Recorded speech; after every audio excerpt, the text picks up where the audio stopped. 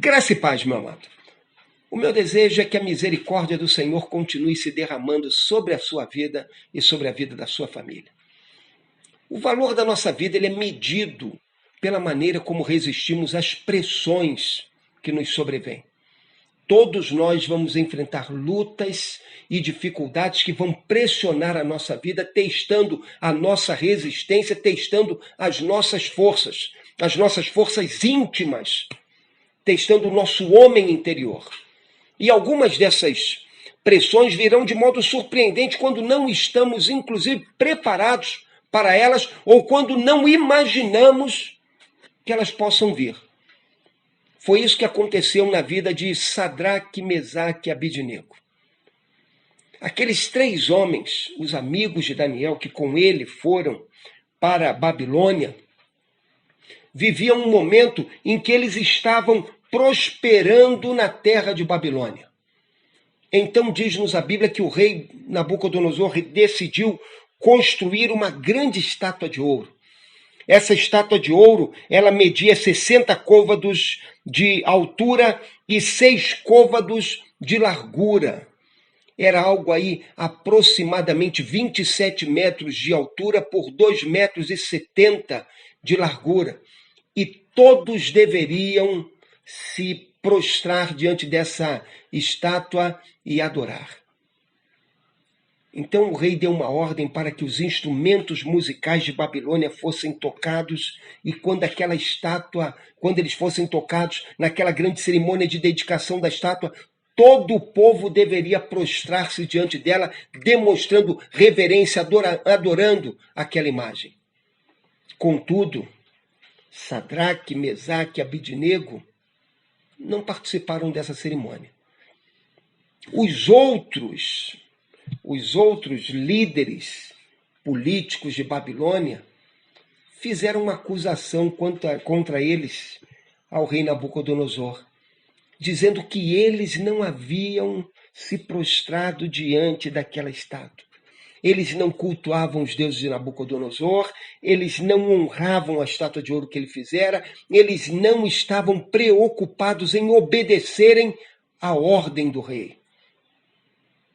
Então o rei ficou muito irado, mandou chamar a esses homens, Sadraque, Mesaque e Abidnego, e quando eles se apresentaram diante dele, ele lhes perguntou se era verdade que eles não tinham prestado culto àquela imagem. Se era verdade que eles não cultuavam os deuses de Babilônia. E então ele lhes diz que eles agora têm de fazer uma escolha, uma decisão.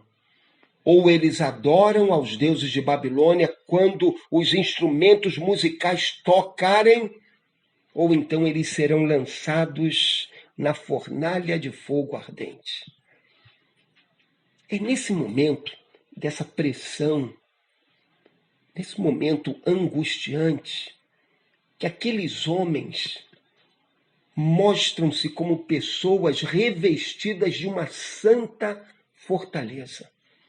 Eles eram revestidos com uma força que vinha do alto, que vinha de Deus, que vinha da presença do Senhor, do soberano, do Deus eterno, do Pai de Jesus, do nosso Redentor. Eles são homens que estão cheios com essa força de Deus em seu coração.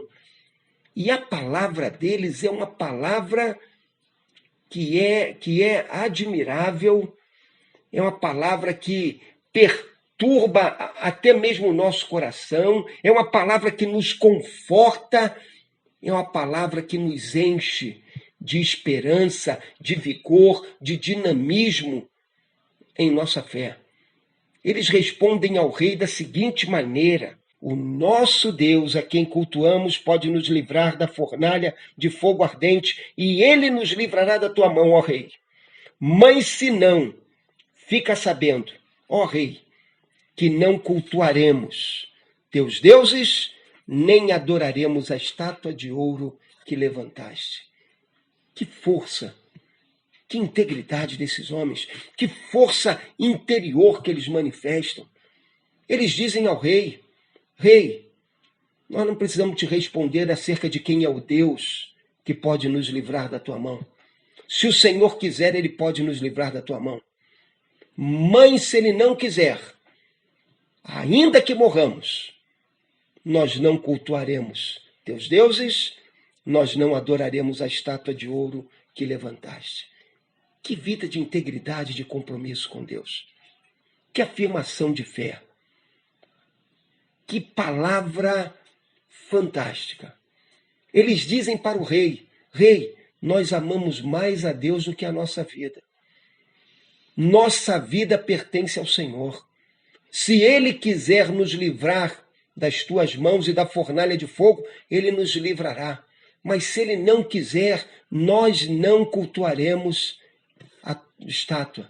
Nós não cultuaremos os teus deuses. Mas uma coisa maravilhosa nesse texto bíblico é o desfecho.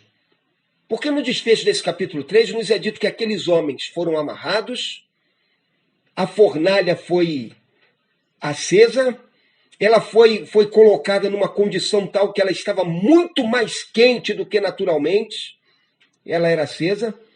Os soldados que jogaram aqueles homens dentro da fornalha foram consumidos pelo fogo da fornalha, e contudo aqueles homens foram preservados dentro da fornalha. E quando o rei Nabucodonosor olhou para dentro da fornalha, ele disse: não lançamos 3 jovens lá dentro? Como agora vejo um quarto, e esse quarto parece com um filho dos deuses. É algo admirável esse texto.